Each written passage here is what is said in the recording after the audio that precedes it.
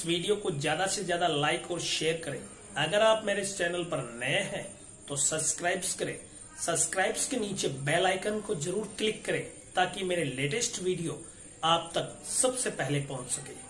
Friends नमस्कार, मैं Ramniwas Jahangir Ajit classes के यूट्यूब चैनल पर आप सभी का स्वागत है।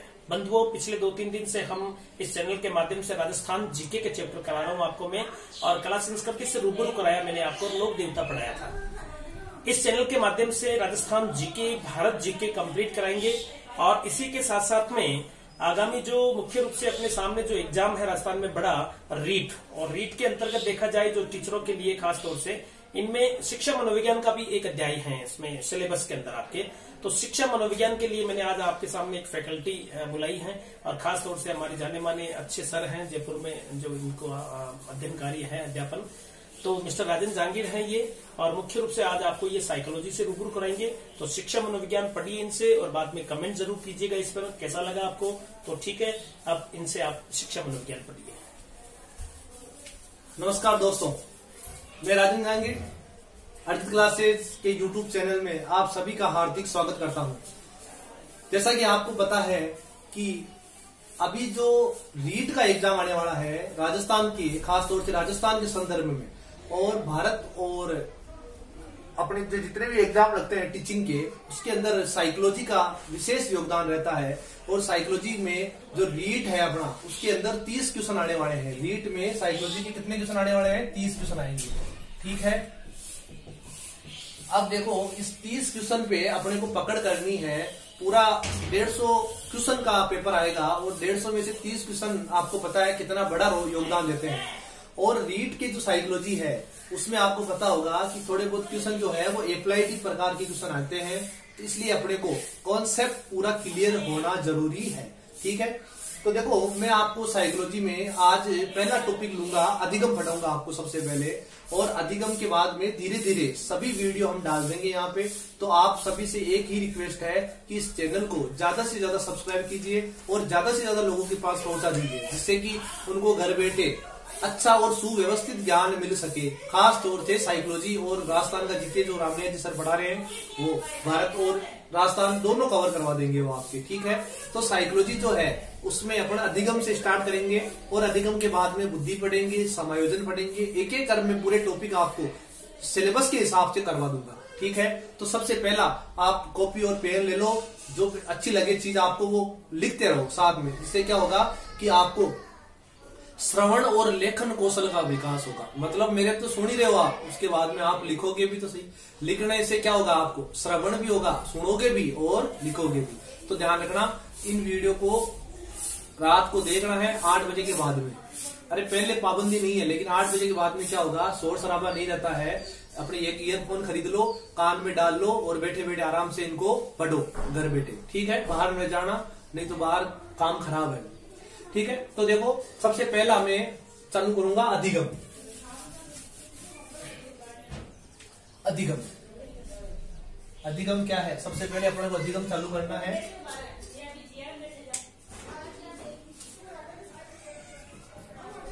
अधिगम,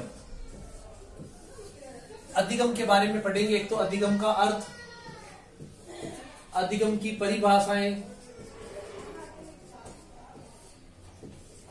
अधिगम के सिद्धांत, अधिगम के प्रकार और विभिन्न प्रकार के अधिगम। ये टॉपिक अपने सिलेबस में है और इन सिलेबस में जो टॉपिक है इनको हम एक एक करके पढ़ेंगे, ठीक है। सबसे पहले हम पढ़ लेंगे अधिगम का अर्थ, ठीक है। अधिगम का अर्थ, अगर कोई आपसे पूछे कि भाई ये अधिगम का अर्थ होता क्या है, ऐसा क्या है अधिगम, तो अधिगम का अर्थ उसको कान में जाके बोलना कि अधिगम जो है वो व्यवहार में स्थायी परिवर्तन होता है। पूरा बोलो, आधा अधूरा मत बोलो। क्या बोलना है कि अधिगम जो है वो व्यवहार में स्थायी परिवर्तन है। अधिगम है जो व्यवहार में स्थायी परिवर्तन है। परिवर्तन है, लेकिन कैसा परिवर्तन है भाई? स्थायी परिवर्तन है। ध्यान रखना, क्वेश्चन आ गया है और आता रहता है और हमेशा आता रहेगा, कोई भरोसा नहीं है। क्या बोलेगा कि अधिगम का अर्थ है, ऑप्शन में देगा व्यवहार में परिवर्तन, व्यवहार में स्थायी परिवर्तन, परिपक्वता के द्वारा सीखना या कुछ भी और दे देगा। तो ध्यान रखना, अधिगम का शाब्दिक अर्थ जो होता है वो होता है व्यवहार में स्थायी परिवर्तन। परिवर्तन है, लेकिन कैसा परिवर्तन है भाई? स्थायी परिवर्तन। अब सुनो भाई, स्थायी परिवर्तन से क्या मतलब है? स्थायी परिवर्तन से मतलब सीधा है कि स्थायी परिवर्तन जो होता है वो व्यवहार में हमेशा के लिए परिवर्तन होता है और हमेशा स्थायी रहता है। ठीक है। अधिगम का अर्थ अब सुनो, एक बालक है, 6 साल का बालक है, मान लो बालक 6 साल का है, वो अपनी माँ के पास बैठा रहता है, माँ रोटी बनाती रहती है, माँ के पास काम क्या रहता है? रोटी बनाएगी और क्या करेगी? रोटी बनाती है तो वो माँ के पास में बैठा बैठा देखता है रोज चूल्हे पे कि भाई माँ रोटी बनाती है, रोज रोज क्या करती है ये आके, या क्या लफड़ा कर दिया है। तो वो बालक देखता है कि भाई माँ आती है, रोज रोटी बनाती है, चली जाती है, ये पीला पीला निकल रहा है इसमें, ये क्या निकल रहा है इसमें, रोटी बन रही है। तो उसकी एक जिज्ञासा रहती है वो बालक की, और जिज्ञासा जिसको अपन बोलते हैं जानने की इच्छा रहती है। शेषवावस्था है 0 से 6 साल तक चलती है, आपको पता होगा, साइकोलॉजी में अपन पढ़ेंगे आगे। तो बालक जो है उसकी ये जिज्ञासा है वो शांत कैसे हो? तो वो बालक क्या करता है, एक दिन बैठा बैठा ही सोचता है कि यार इसमें है क्या ऐसा, तो क्या पड़ता है इससे ऐसा। तो उसमें क्या करता है, वो हाथ डालता है, हाथ डालते ही उसका हाथ जड़ जाता है। तो वो बोलता है कि यार भाई ये एक ऐसी चीज है कि भाई इसमें हाथ डालने से जड़ गया हाथ, पता चल गया उसमें, इसमें क्या है, ऊष्मा है। तो ये परिवर्तन उसके हमेशा के लिए हो जाता है, क्योंकि वो आगे से जब भी कोई पीड़ित चीज को देखेगा तो वो बोलेगा नहीं भाई ये गड़बड़ है, इसके पास मत जाओ। कहने का मतलब इसके हाथ लगाते ही क्या हो जाएगा, ऊष्मा देखी, गर्मी है, जड़ जाएगा। तो ये बात उसके परिवर्तन हो गया, लेकिन परिवर्तन कैसा हो गया, ये स्थायी परिवर्तन हो गया, ये है स्थायी परिवर्तन। तो व्यवहार में स्थायी परिवर्तन को अधिगम कहा जाता है। उसके कान में बोल देना, जिसको आपने जिसको आपसे पूछा गया क्वेश्चन है उसके बारे में बोलना। ठीक है।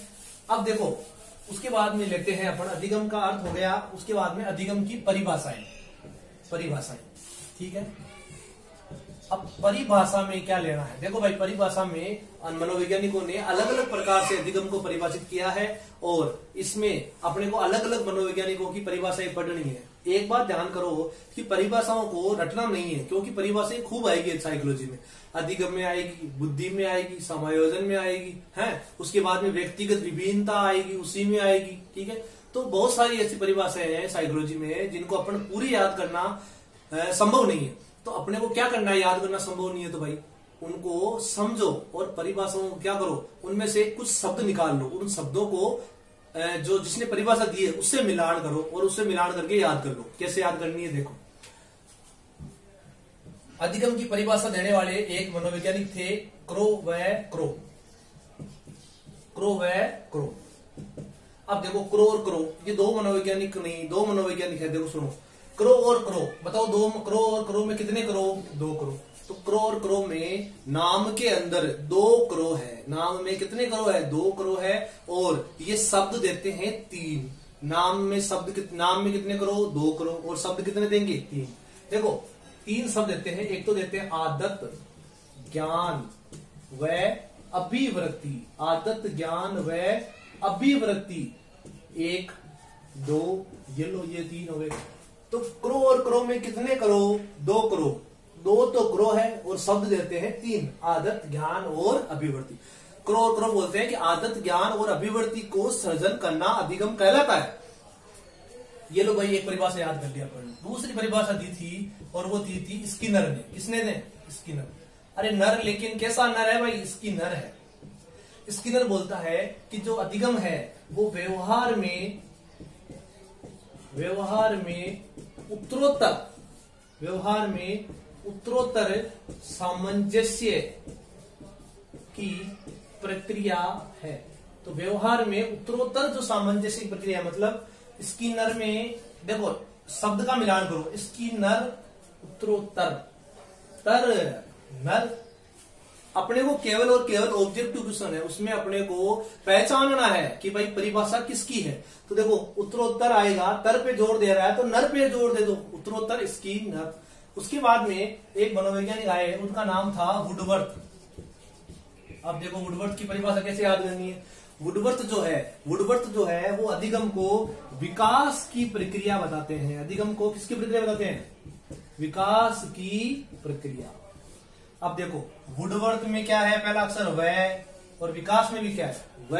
तो वुडवर्थ विकास की प्रक्रिया बताते हैं अधिगम को। तो विकास से मतलब है वुडवर्थ, याद कर लो। विकास से क्या मतलब रखना है, वुडवर्थ याद रखना है।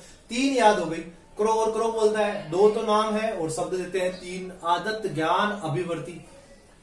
स्किनर उत्तरोत्तर व्यवहार में उत्तरोत्तर सामंजस्य की प्रक्रिया अधिगम है। तो उसके बाद में वुडवर्थ आते हैं और विकास की प्रक्रिया बोलते हैं। वुडवर्थ किस पे जोड़ देते हैं, विकास पे। वुडवर्थ की परिभाषा आ चुकी है 2-3 बार, और भी इनकी आती रहती है। विकास की प्रक्रिया किसकी परिभाषा है, तो क्या बोलना है, वुडवर्थ बोलना है।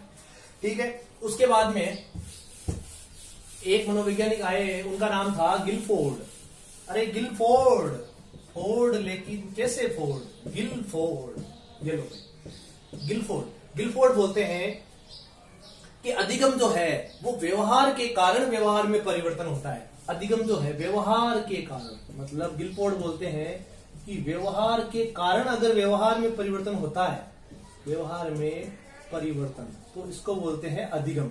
तो गिलफोर्ड क्या बोलते हैं कि अगर आदमी, एक व्यक्ति दूसरे व्यक्ति को व्यवहार करते हुए देखता है और उस व्यवहार करते हुए देखते हुए उसको अगर वो व्यवहार के द्वारा सीखता है तो उसको अधिगम बोलते हैं। ये परिभाषा दी थी गिलफोर्ड ने। किसने दी थी भाई, गिलफोर्ड ने।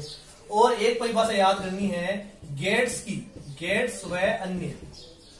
और गेट्स और अन्य बोलते हैं कि जो अधिगम है वो अनुभव व प्रशिक्षण, अनुभव व प्रशिक्षण के कारण, अनुभव व प्रशिक्षण के कारण व्यवहार में परिवर्तन है। तो बताओ गेट्स व अन्य, याद रख लो। गेट्स एक आदमी मान लो गेट्स को, और अन्य को दूसरा आदमी मान लो, तो 2 नाम हो गए। और अनुभव और प्रशिक्षण, ये भी 2 नाम हो गए। तो अनुभव और प्रशिक्षण की परिभाषा दी थी गेट्स और अन्य में। तो बताओ मेरे को अधिगम की कितनी परिभाषा पढ़ ली, 5। याद करने का ट्रिक देखो, क्रो और क्रो। सबसे पहली परिभाषा दी थी क्रो और क्रो ने। कितने शब्द है क्रो और क्रो में, 2 है। और कितने शब्द बताते हैं, 3। आदत, ज्ञान, अभिवृत्ति का सृजन करना ही अधिगम है। मान लो ऐसा भी पूछ सकता है कि अधिगम की दी गई परिभाषा में, क्रो और क्रो द्वारा बताई गई परिभाषा में कौन सा शब्द शामिल नहीं है, और वो दे देगा आपको ऑप्शन में आदत, ज्ञान, अभिवृत्ति, और दूसरा दे देगा आपको बुद्धि। तो क्या नहीं है, बुद्धि नहीं है, सीधी सीधी बात है। तो गिलफोर्ड बोलता है कि व्यवहार के कारण अगर व्यवहार में परिवर्तन होता है उसको अधिगम बोलते हैं। तो गेट्स और अन्य बोलते हैं कि अनुभव और प्रशिक्षण के कारण व्यवहार में परिवर्तन होता है, उसको अधिगम बोलते हैं। तो वुडवर्थ बोलता है कि विकास की प्रक्रिया है वो अधिगम है। वुडवर्थ में वह है, विकास में वह है। तो बताओ याद हो गई ना। 5 परिभाषा अपन ने आज याद कर ली है, और इन 5 परिभाषा को अगर अपन वीडियो देखेंगे तो आराम से मेरे को लग रहा है याद हो जाएगी। ठीक है, उसके बाद में अधिगम की परिभाषा आ गई, अधिगम का अर्थ आ गया। अब इसके बाद में आता है अधिगम के सिद्धांत। ठीक है, अधिगम के क्या आएंगे, सिद्धांत। अधिगम के सिद्धांत मैं आगे की क्लास में डालूंगा, और दूसरी क्लास जो मेरी रहेगी उसमें अधिगम के मैं सिद्धांत डालूंगा, जिसमें अधिगम के एसआर सिद्धांत आएंगे, थोंडोई का संबंधवाद आएगा, पावलोव का अनुकूलित अनुक्रिया आएगा, तो स्किनर का क्रिया प्रसूत आएगा, तो हल का पुनर्बलन आएगा, और गुथरी का सामीप्य संबंधवाद आएगा। तो ये कुछ सिद्धांत अपन को आगे पढ़ने हैं, और ये भी बहुत ही रुचि से पढ़ेंगे अपन, इंटरेस्ट से पढ़ेंगे। अब मेरे को आज यहीं से क्लास बंद करनी पड़ेगी, और उसके बाद में अपन नेक्स्ट क्लास में इन सिद्धांतों के बारे में मैं चर्चा कर दूंगा आपको। ठीक है, ये मेरा वीडियो कैसा लगा आपको, ज्यादा से ज्यादा शेयर कर दो, सब्सक्राइब कर दो, ताकि आपको सबसे पहले मेरा वीडियो उपलब्ध हो सके। थैंक यू, धन्यवाद।